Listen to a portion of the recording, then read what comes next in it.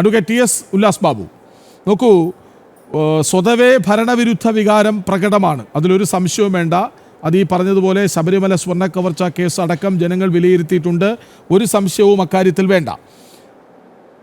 അതിനപ്പുറം വർഗീയതയെ കൂടി ചേർത്ത് പിടിക്കുന്നുവെന്ന് പൊതുജനത്തിന് ബോധ്യമായാൽ ഉണ്ടാകാവുന്ന തിരിച്ചടിയാണ് നമ്മൾ ഈ തെരഞ്ഞെടുപ്പിൽ CPM-ലൂടെ കണ്ടത്, അല്ലേ?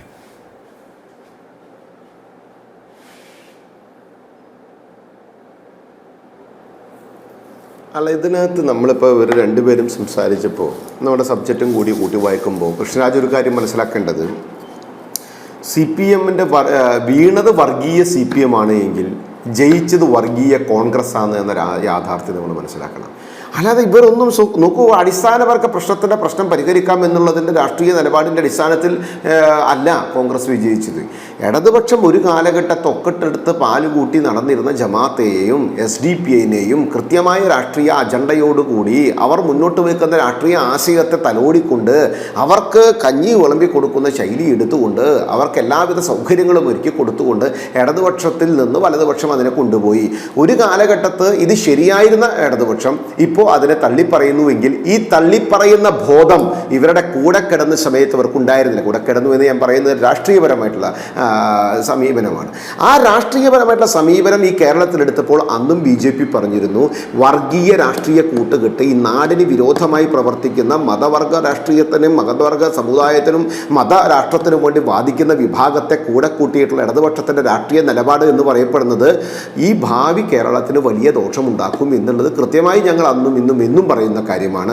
ഇന്നത് ആ ഇടതുകാലിലെ മന്തെടുത്ത് വലതുകാൽ ചൂടിയിരിക്കുന്നു എന്നുള്ളത് മാത്രമാണ്. പക്ഷെ നമ്മൾ മനസ്സിലാക്കേണ്ടത്, കേരളത്തിൻ്റെ വോട്ടർമാർക്ക് മുമ്പിൽ കേരളത്തിൻ്റെ ജനാധിപത്യ വ്യവസ്ഥയിൽ ഇതേപോലെയുള്ള വർഗീയ രാഷ്ട്രീയ സംഘടനയുടെ കടന്നുകയറ്റവും അവരുടെ ഇടപെടലുകളും പിന്നീട് തെരഞ്ഞെടുപ്പ് കഴിയുമ്പോൾ ഞങ്ങൾ അവരെ കണ്ടിരുന്നു, ഞങ്ങൾ ഇവരെ കണ്ടിരുന്നു എന്ന് പറയുന്നത് കൃത്യമായ സന്ദേശമല്ലേ? എന്താണ് സന്ദേശം? ഞങ്ങൾ ഇടതുപക്ഷക്കാരൻ്റെ കൂടെയും നിന്നിട്ടുണ്ട്, ഞങ്ങൾ വലതുപക്ഷക്കാരൻ്റെ കൂടെയും നിന്നിട്ടുണ്ട്. ഏത് വിധേനയും ഇവിടുത്തെ അധികാര ശ്രേണികളിലേക്ക് കടന്നു കയറിക്കൊണ്ട് അവനവൻ്റെതായിട്ടുള്ള അജണ്ടകൾ പൊതുസമൂഹത്തിന് മുമ്പിൽ നടപ്പിലാക്കാനും അവരോട് നാളെ നീതികേട് കാണിക്കാനും എൻ്റെ കൂടെ ഇടതുപക്ഷവും നിന്നിട്ടുണ്ട്, ഞങ്ങളുടെ കൂടെ വലതുപക്ഷവും നിന്നിട്ടുണ്ട് എന്നുള്ള കാര്യമല്ലേ ജമാഅത്ത് പുറത്തു പറയുന്നത്? അത് കൃത്യമായ അജണ്ടയുടെ ഭാഗമായിട്ടാണ് പറയുന്നത്. SDP പറയുന്നത് എന്താണ്? വെൽഫെയർ പാർട്ടി പറയുന്നത് എന്താണ്? ഈ മൂന്ന് സംഘടനകളും കൃത്യമായിട്ട് അതിൻ്റെ മൂത്താപ്പയെ തപ്പിപ്പോയാൽ ഒരു കാര്യം മനസ്സിലാകും. എന്താണ്? വർഗീയ കാർഡ് ഉപയോഗിച്ചുകൊണ്ട് നാടിൻ്റെ സമാധാനാന്തരീക്ഷത്തെ തകർക്കുന്ന അജണ്ടയുമായി നടക്കുന്ന ഒരു വലിയ വിഭാഗമാണ് അവർ. ആ വിഭാഗത്തിൻ്റെ വോട്ട് വേണ്ട എന്ന് നട്ടലോടുകൂടി പറയാൻ ഇടതുപക്ഷത്തിനും സാധിച്ചിട്ടില്ല, വലതുപക്ഷത്തിനും സാധിച്ചിട്ടില്ല. കാലാകാലം അവരുടെ രാഷ്ട്രീയ വിജയത്തിന് വേണ്ടി ഈ യന്ത്രത്തെ അവർ തിരിച്ചിട്ടുണ്ട്, ഈ വർഗീയത അവർ ഉപയോഗിച്ചിട്ടുണ്ട്, ആ വർഗീയതയെ അവർ ചൂണ്ടിയിട്ടുണ്ട്. ആ ചൂണ്ടിയതിൻ്റെ അടിസ്ഥാനത്തിൽ ഇടക്കാലത്ത് ഇടതുപക്ഷം ജയിച്ചു, അത് കഴിഞ്ഞ് വലതുപക്ഷം ജയിച്ചു. പക്ഷെ ഞങ്ങൾ വളരെ കൃത്യമായി പറയുന്നുണ്ട്, ഈ തട്ടിപ്പും ഈ കള്ളത്തരങ്ങളും ഈ നുണപറച്ചിലും ഈ ശുദ്ധ അസംബദ്ധമായ രാഷ്ട്രീയവും അല്ല കേരളത്തിനകത്ത് ആവശ്യം.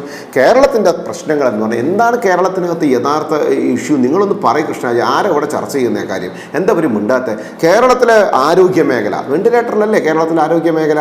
ഒരു ആയുഷ്മാൻ ഭാരതിൻ്റെ ഭാഗമായിട്ട് വയോവന്ദൻ പദ്ധതി നടപ്പിലാക്കുന്നതിൻ്റെ അടിസ്ഥാനത്തിൽ 70 വയസ്സ് കഴിഞ്ഞ അച്ഛനും അമ്മയ്ക്കും 5 ലക്ഷം രൂപ ഫ്രീ ഇൻഷുറൻസ് പദ്ധതി കൊണ്ടുവരുമ്പോൾ കേരള സർക്കാരിന് അതിൻ്റെ വിഹിതം കൊടുക്കാൻ സാധിക്കില്ല എന്നതിൻ്റെ അടിസ്ഥാനത്തിൽ അത് വേണ്ട എന്ന് വെച്ച ഒരു സർക്കാരാണ് കേരളം. എന്നിട്ട് ഇവർ പറയുന്നത് എന്താണ്? ലോകം കേരളത്തെ നോക്കിയിരിക്കുന്നു എന്ന്.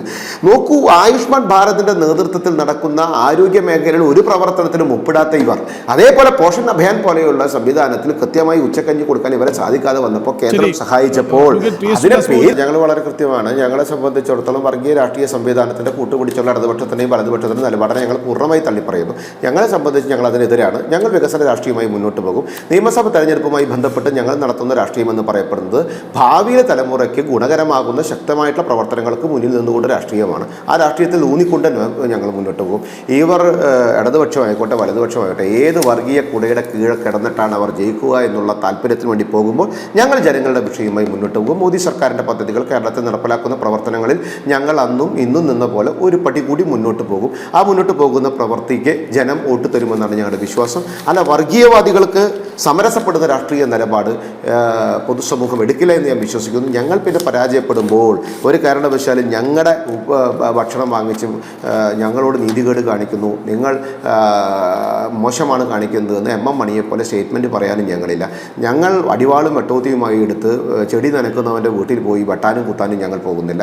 ഞങ്ങൾ ജനാധിപത്യ വ്യവസ്ഥയെ ബഹുമാനമായി അംഗീകരിക്കുന്നു. ജനങ്ങളുടെ തെരഞ്ഞെടുപ്പ് രാഷ്ട്രീയ വിജയത്തെയും ജനങ്ങൾ എടുത്ത തീരുമാനത്തെയും ഞങ്ങൾ അംഗീകരിക്കുന്നു. ഞങ്ങൾ ഭാവിയിലും ഘട്ടം ഘട്ടമായിട്ട് വന്ന ഞങ്ങളുടെ വളർച്ചയെ പൂർണ്ണമായിട്ട് നിയമസഭയിലേക്ക് എത്തുന്ന വരെയുള്ള പ്രവർത്തനം ഞങ്ങൾ നടത്തും.